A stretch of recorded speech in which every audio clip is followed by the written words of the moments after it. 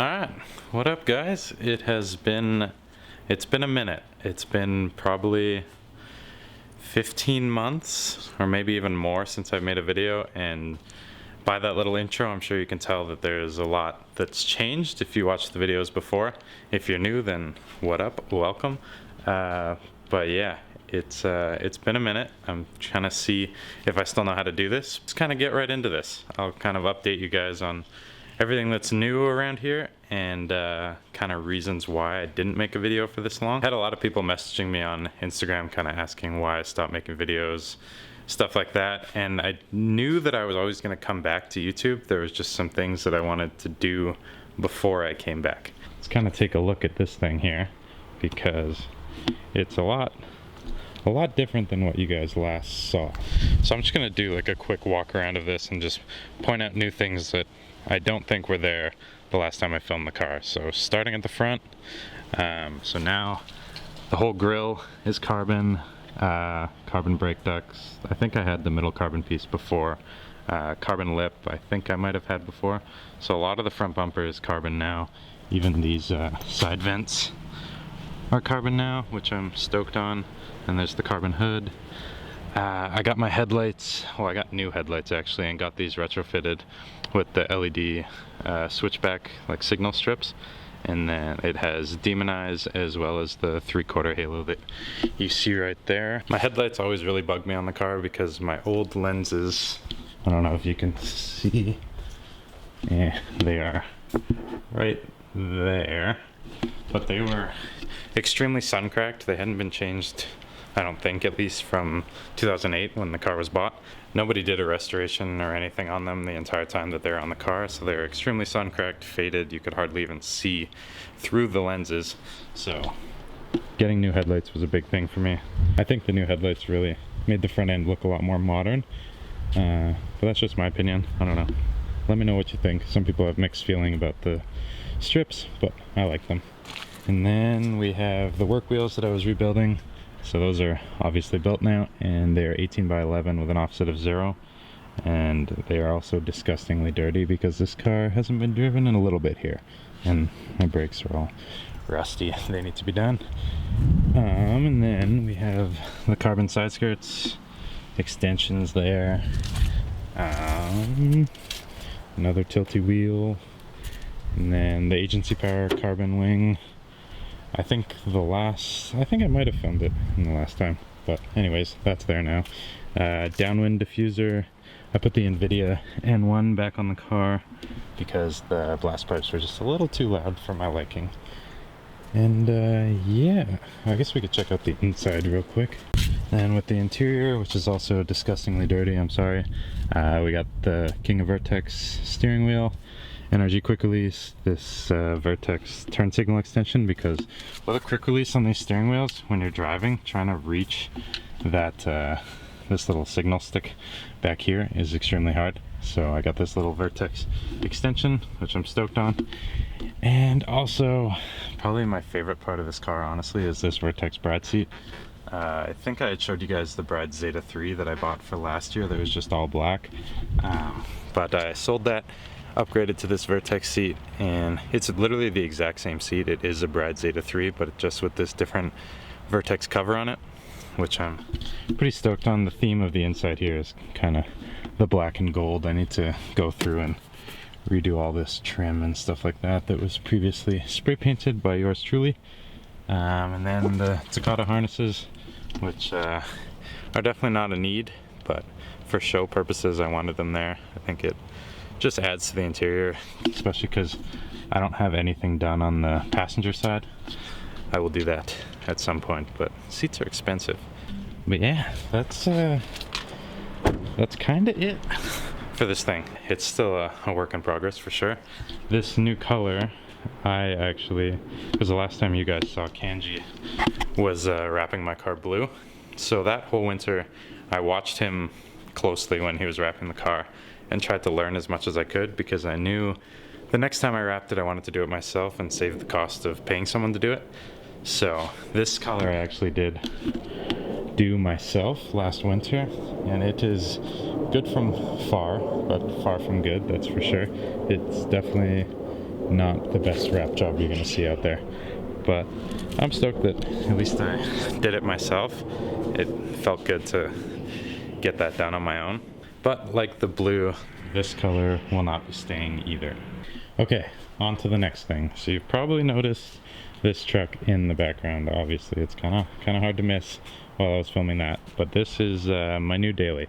So I bought this truck back in May of this year. I bought it brand new. First brand new vehicle I've ever bought. It was very stressful, but now I'm stoked on it. It's a 2018 Silverado 1500, so I only really need the 1500 to tow these cars, just because this thing tows. It is the e-assist package, which is right there. So this thing tows 12,000 pounds, just under 12,000 pounds, which is more than enough to tow an open trailer and just one car. So yeah, that is the new rig.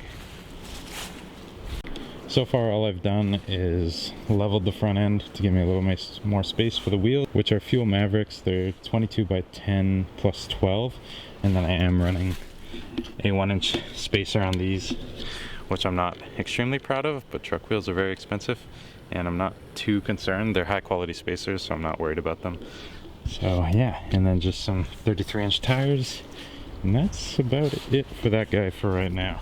I don't want to dump a bunch of money into the daily. I just kind of wanted to make it my own a little bit. Quickly show you guys the inside of this thing. Nothing too fancy, but yeah, does the trick. It's fun. It's pretty good on gas too. And got the crew cab, so on long road trips to shows and stuff like that, when we go to Seattle, I guess I didn't really explain what the e-assist package is on that. So basically all it is it has like an electronic portion to it, and it's also an 8-speed rather than the 6-speed, and just makes it better on fuel. Like in the city with this thing, I get probably 700 to 800k to a tank, which is pretty good for a truck on 33s. So okay, sorry, this video is a lot of talking, but I have a lot to explain and tell you guys about. So on to this last vehicle here that is probably my main motivation for making this video, believe it or not. This 1989 E30 sedan is what I'm most stoked on right now. This car, I'm gonna put a photo in right now of what this car looked like when I got it about 2 weeks ago.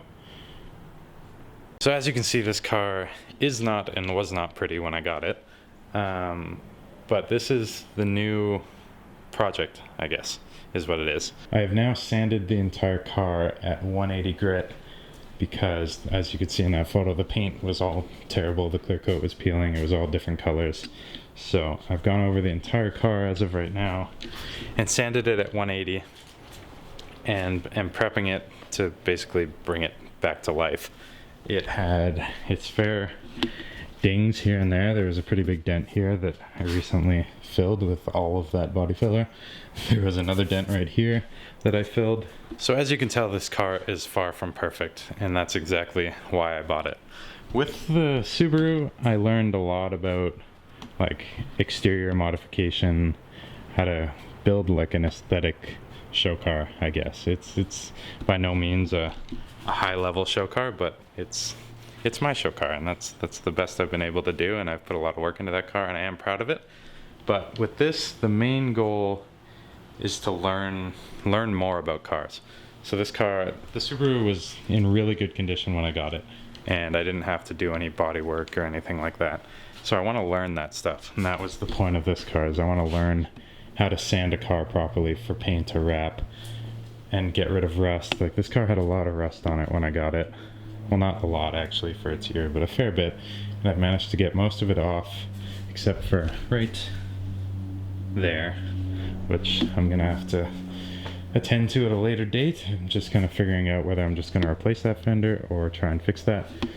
So yeah, this car does only have around 150k on it, so it is actually very clean on the inside, which I'm really happy about, except for the dash, which is cracked.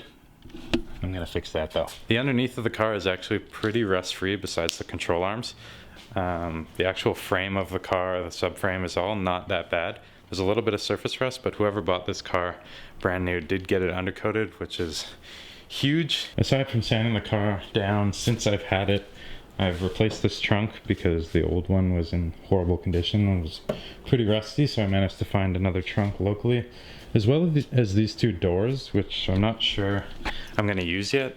I literally got 2 doors, the trunk, a front bumper for 50 bucks. So he had the extra doors, and I figured why not? Maybe I could use the mirrors or the door handles or the trim, especially because the trim on the car is pretty cracked right now. So I just have those just in case. And then the front bumper is here.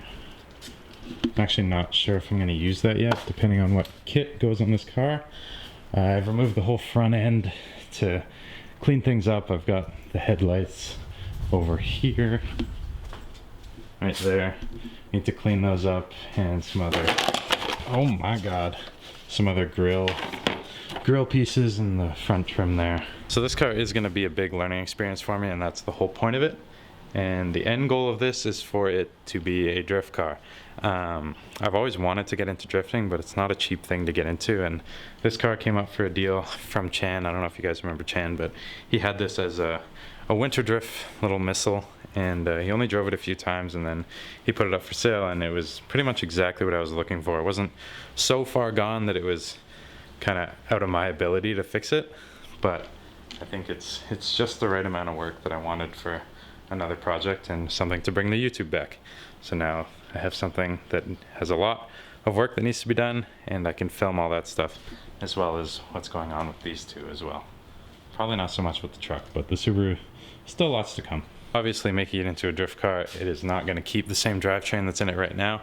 I'm currently deciding what motor I want to put in it. I'm leaning towards an LS just because they're simple, and with this car being so tiny and weighing literally nothing, it doesn't need like 500, 600 horsepower. It just needs 350 wheel to be more than enough power for me to learn how to drift. So that's the goal. And of course it'll get new suspension, all of that. Right now it's on cut springs that the owner before Chan did that are terrifying, and I refuse to drive the car on that. And it also does not have a diff in it right now. I pulled this diff probably about, I don't know, a week ago. This diff was on it when I got from Chan, and as you can see, the mount to the bottom of the car has broken while Chan had it, so it's currently not drivable. But I have found another diff, so I'm going to be picking that up soon and throwing that in, and then it will be drivable. And this is actually a welded diff too, which I don't necessarily want yet until I drift it. For just driving it around, moving it around, not having a welded diff would be nice, and the new diff that I'm picking up is not welded. So I think this is where I'm gonna leave this video, and I'm sorry this video is just a bunch of talking. I know when I'm watching YouTube videos, it is kind of painful to watch videos like this, but I really just wanted to update you guys on kind of why I'm back on YouTube and what to expect. And I'm stoked. Like I've been waiting for this moment for a while to come back to YouTube with a new project that I can work on with you guys. And the Subaru just wasn't really it anymore. There's not a bunch of huge things that I'm doing to it anymore, which doesn't really make for very fun content for you guys. So that's what this will be. Let me know what you guys think. I don't think I'll do much to the truck, but I don't know, who knows. I'll probably end up doing something. It's hard to resist modifying things. So yeah, thanks for watching. Let me know what you think about these three. I know this thing's kind of painful to look at right now, but I can promise you it'll get better. It'll get a lot better.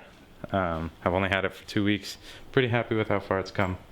So yeah, let me know what you guys think. So if you liked the video, drop a like so I know, and if you're not subscribed, you should probably subscribe. I don't know, there's a lot going on. There's some fun stuff to watch. So yeah, I will see you guys in the next video. Peace.